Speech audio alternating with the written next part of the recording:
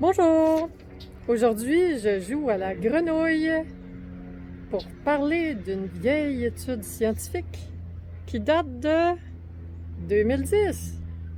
29 juin 2010, publiée par Alfonso Balmori. Article scientifique, là. Alors, qu'est-ce que ça dit?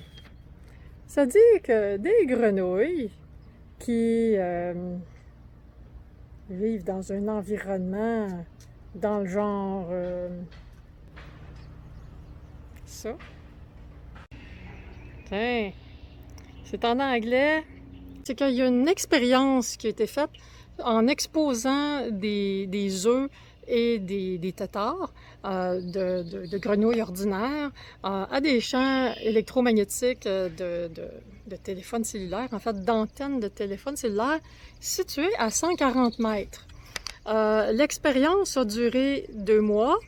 De la phase d'œuf à la phase avancée de tétard juste avant la transformation en grenouille. Les mesures de la densité de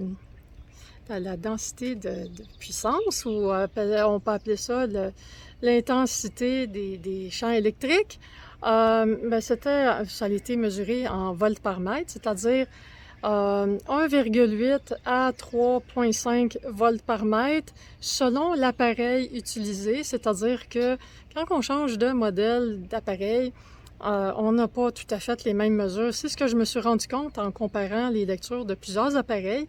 Donc, la mesure exacte est pas facile à déterminer.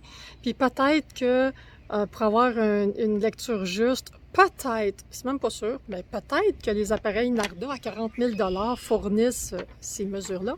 Je n'en sais rien, mais toujours est-il que pour ceux qui s'y connaissent mieux en microwatts au mètre carré, l'équivalent de 1,8 volts par mètre, c'est 8594 microwatts au mètre carré, et 3,5 volts par mètre, c'est l'équivalent de 32 493 microwatts au mètre carré.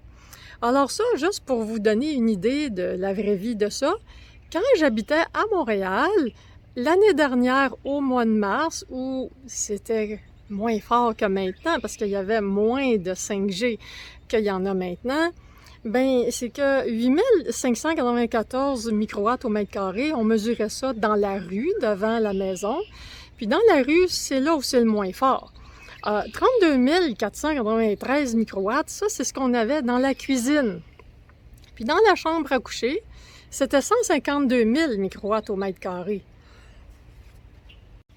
Bon, j'aurais dû boire un verre d'eau si j'avais la gorge qui piquait. Désolée. Donc, finalement, bon, qu'est-ce qui est arrivé avec leur expérience? C'est que, bon, en fait, c'est qu'ils ont fait 2 groupes de grenouilles.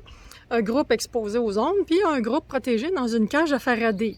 Donc ça revient à quand je me protège en allant vivre dans du sous-sol en banlieue, qui est, mettons, 1 500 000 fois moins irradié que devant l'Université McGill à Montréal. C'est quand même pas un petit peu, hein, c'est quand même ça.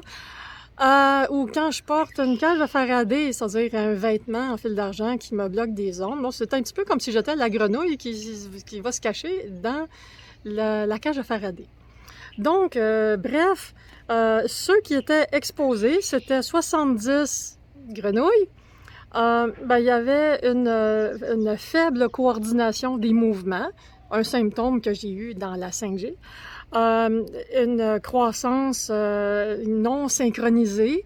Là, c'est que moi, j'ai fini de grandir, je suis plus un enfant, alors ça ne m'a pas concernée. Et puis, bon, ça l'a donné comme résultat qu'il y avait des gros et des petits têtards et une forte mortalité, c'est-à-dire 90% sont morts.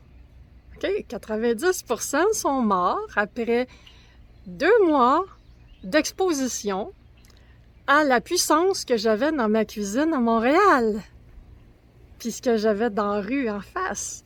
OK? C'est ça, là. Ouais, pas de farce. Alors, concernant le groupe de contrôle qui était protégé dans une cage à Faraday, ben la même période de 2 mois, ben la coordination des mouvements était tout à fait normale, le développement était synchronisé et la mortalité n'était que de 4,2%. Sacrée différence, hein? On passe de 90% à 4,2% de mortalité. Sacrée différence. Alors, ben c'est tout simplement que faudrait peut-être remettre ça en question, hein?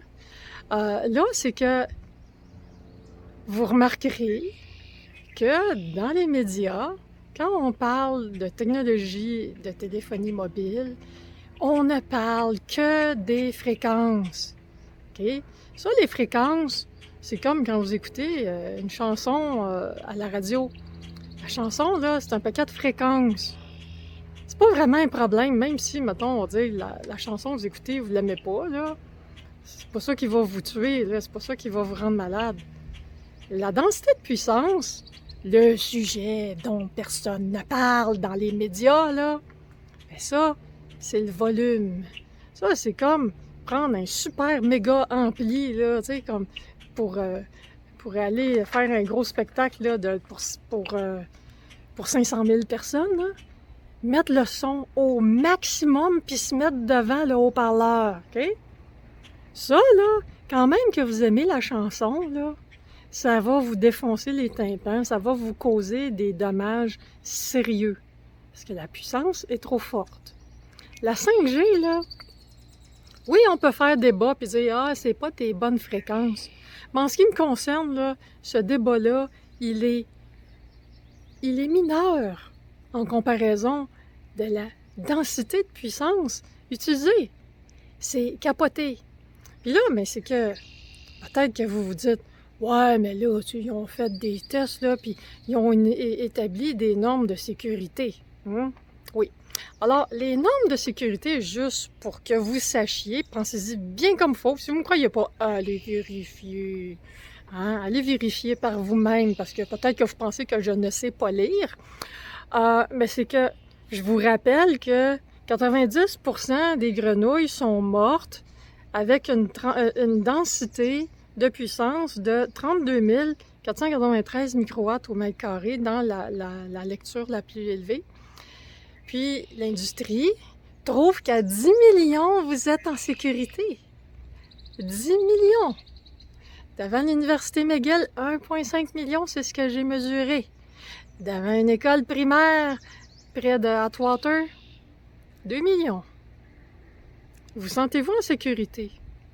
Peut-être que ça serait le temps de parler de la densité de puissance, puis arrêter de s'obstiner avec les fréquences. Là. On en parlera plus tard des fréquences. On va commencer par baisser le volume, là, puis on parlera du reste après. Êtes-vous d'accord? Alors, j'espère que vous allez passer le mot. Merci beaucoup. Au revoir. S'il vous plaît, partagez, passez le mot. Merci.